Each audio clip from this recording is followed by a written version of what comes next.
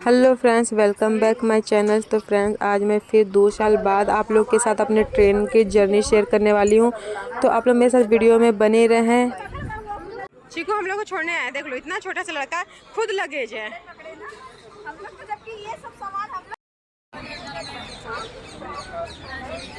तो हम लोग आज सारनाथ एक्सप्रेस से सफ़र करने वाले हैं और दुर्ग से ये छपरा तक जाती है और यूपी जाने के लिए सबसे बेस्ट ट्रेन लगती है क्योंकि टाइम से पहुंचा देती है दिन ही दिन में। और दुर्ग से जौनपुर जाने में इससे कम से कम 16 से 17 घंटे लगते हैं। और ये दुर्ग से ही छूटती है तो हम लोगों को इसमें ज़्यादा सीट खोजने में प्रॉब्लम नहीं होती, आसानी से मिल जाती है क्योंकि ट्रेन पूरा खाली रहता है। सब लोग ट्रेन में बैठ गए हैं और बाकी लोग जो हम लोगों को छोड़ने आए थे, मेरी बहन लोग और चीकू लोग घर वापस चले गए और हम लोग की ट्रेन भी यहाँ छूट गई है।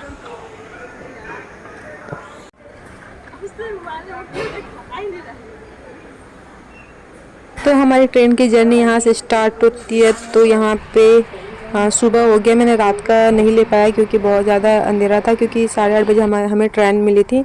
और यहाँ पे सब बहुत बड़ा सा सोलर प्लांट मिलता है और मुझे ज़्यादा आइडिया नहीं है, लेकिन ये बहुत ज़्यादा स्पेस में था, बहुत ज़्यादा बड़ा है। और हमारे भिलाई में भी सबसे बड़ा स्टील प्लांट है। और फिर आगे रास्ते में आते हैं तो हमें पड़ती है नदी, यहाँ पे यमुना मैया की नदी थी और बहुत ज़्यादा मतलब नदी में पानी था और बहुत ज़्यादा सुंदर इसका लोकेशन था। तो मुझे बहुत अच्छा लगता है और हम लोग इसमें पैसे डाल के बीज भी मांगते हैं। लल्ला कहाँ पहुँचे? गंगा नदी। गंगा की यमुना नदी है? गंगा। अगर गलत हुआ तो लगा के देख, आप भूल जाएंगे। लल्ला डुबकी लगा के देखेगा। नाम तो अच्छा नहीं।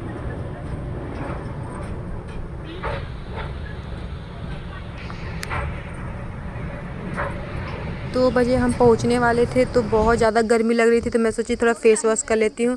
तो यहाँ पे मैं ट्रेन में कौन सा स्किन केयर कर रही हूँ मैं ये भी आप लोगों को दिखाऊंगी। तो जब मैं फेस वॉश करने गई तो जो ट्रेन में जो पानी आ रहा था इतना ज़्यादा गर्म आ रहा था कि मुझे ऐसा फील हो रहा था कि मैं उबले पानी से फेस वॉश कर रही हूँ। लेकिन गर्मी इतनी ज़्यादा पड़ रही थी और रात से मैंने फ़ेस वॉश नहीं किया था, तो मैं सोची कोई बात नहीं, चलो कर लेते हैं। और गर्मियों के टाइम में जो पानी की जो टंकी होती है ना, काफ़ी ज़्यादा गर्म हो जाती है, चाहे घर हो चाहे ट्रेन हो, कहीं की भी हो।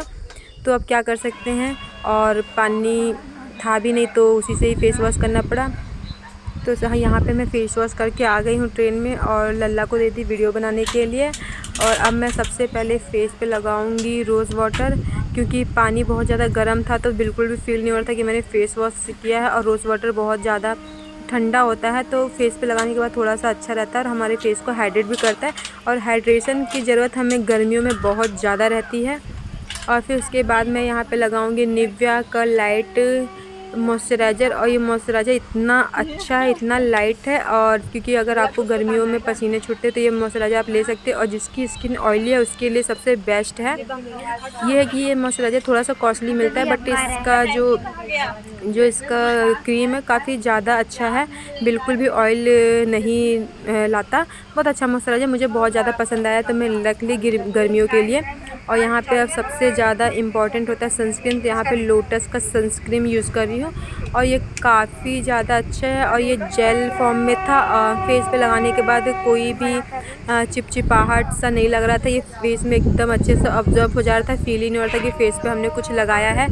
और ये जिनका फेस बहुत ऑयली रहता है वो लोगों के लिए बेस्ट सनस्क्रीन है। इसके पहले भी मैंने सनस्क्रीन यूज़ किया है लोटस का, बट वो क्रीम फॉर्म में था, ये जेल फॉर्म में है। फिर उसके बाद हम यूज़ करेंगे लिप बाम। तो लिप बाम की जगह आप कोई भी हिमालय या फिर किसी का भी कर सकते हैं। यहाँ पे मुझे बस इतना ही स्किन केयर करना था क्योंकि बहुत ज़्यादा गर्मी लग रही थी। तो अब हमारा नेक्स्ट स्टॉपेज आने वाला है जहाँ पे हम उतरेंगे। तो हम चलते फटाफट सामान दरवाजे के पास ला लेते हैं जो ट्रेन का। फिर इसके बाद हम लोग तो फाइनली हम लोग भदोही में उतर गए और बहुत ज़्यादा धूप था इस टाइम में और हालत भी बहुत ज़्यादा ख़राब हो गई थी। हम लोग स्टेशन पर उतर गए और बहुत थोड़ा दूर पे हम लोग को जाना पड़ रहा है। हैगा नहीं तो नटंकी।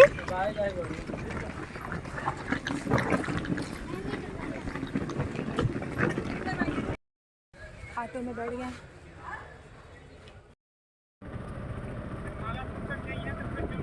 फिर यहाँ हम लोग भदोही से घर के लिए निकल गए और यहाँ का रास्ता इतना ज़्यादा ख़राब है कि मैं बता नहीं सकती आपको। मतलब बहुत ज़्यादा यहाँ का रास्ता ख़राब है। पता नहीं क्यों यहाँ का रोड वगैरह हमें बनते हैं टूट जाते हैं, लेकिन रास्ता यहाँ का बिल्कुल भी सही नहीं है। हम लोग ऑटो में बैठ गए और यहाँ से हम लोग को घर पहुँचने में समथिंग 1 से 1.5 घंटा लगेगा। और यहाँ पे ट्रैफिक इतना जाम रहता है। यूपी में क्राउड बहुत ज़्यादा है क्योंकि यहाँ की जो जनसंख्या बहुत है, तो इसमें अगर जाम जब लगता है, ट्रैफिक जब लगती है, तो आधा 1 घंटा तो आप जाम में फंसे रहेंगे। यहाँ पे अगर आपको कहीं जाना है तो आपको अपने टाइम से 1 घंटा 1.5 घंटा पहले निकलना पड़ता है। इतना क्राउड देखने के बाद ऐसा लगता है कि हमारा भिलाई सबसे सही है। हम लोग को जिस टाइम में कहीं जाना रहता है उसके 5 मिनट 10 मिनट पहले निकलते हैं, आराम से पहुंच जाते हैं। बट अगर यहाँ आपको यूपी में कहीं जाना है तो आपको टाइम से पहले निकलना पड़ेगा, क्योंकि आपका आधा टाइम सिर्फ आप ट्रैफिक ले लेती है। तो फाइनली हम लोग को ट्रैफिक खाली हुआ और हम लोग जा रहे हैं रास्ते में। और बहुत ज़्यादा एक्साइटमेंट हो जाता है जब हम शहर से गांव की ओर जाते हैं। ऐसा लगता है कब पहुँचे, एक एक चीज़ याद आने लगता है। और यहाँ का अब हम लोग आधे रास्ते पे पहुँच गए हैं और हम लोग को बहुत ज़्यादा ज़ोर से भूख लग रही थी, तो हम लोग देख रहे थे कि कहीं कुछ मिल जाए खाने के लिए, लेकिन यहाँ पे अभी ऐसा कुछ मार्केट वगैरह था नहीं। फाइनली एक मार्केट पड़ा और वहाँ पे पानी पूरी वाला भैया थे, तो हम लोगों ने पानी पूरी खाया और पानी वगैरह पिया। फिर इसके लिए घर के लिए निकल गए। यहाँ पे छोटे छोटे बच्चे जो स्कूल की ट्यूशन के लिए जा रहे थे पढ़ने के लिए, और काफ़ी ज़्यादा अच्छा लग रहा था कि अब लग रहा था कि हम लोग घर बस पहुँचने ही वाले हैं। और जैसे जैसे समय बीतता है और रास्ते नज़दीक आने लगते हैं तो फील आने लगता है कि अब हम लोग बस पहुँचने वाले हैं। बहुत ज़्यादा अच्छा लगता है। तो यहाँ पे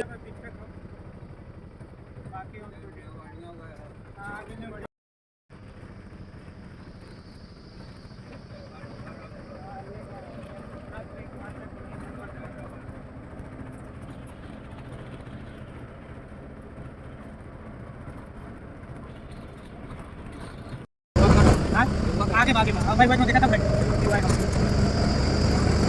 मेरा काम है 3 किलोमीटर 2.5 किलोमीटर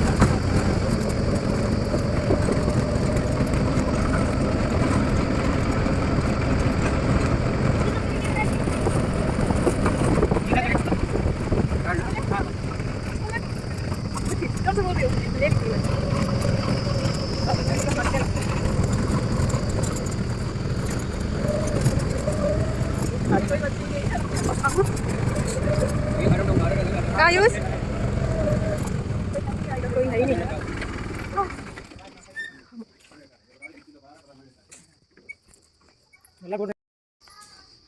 कोई है नहीं क्या? आयुष तू अकेले है या?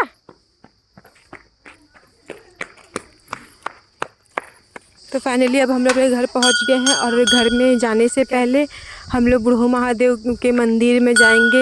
सबसे पहले उनका आशीर्वाद लेंगे। और हम लोग कहीं जाते हैं तो उनका आशीर्वाद लेते हैं, कहीं से आते हैं तो उनका आशीर्वाद लेके ही घर में जाते हैं।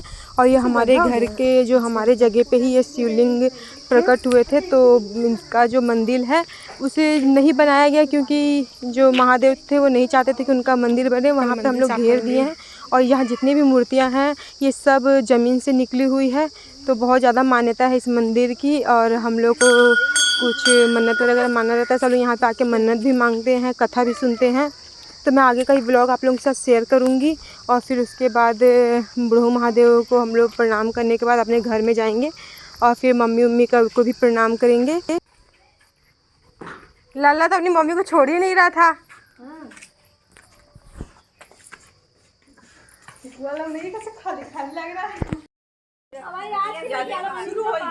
व्लॉगिंग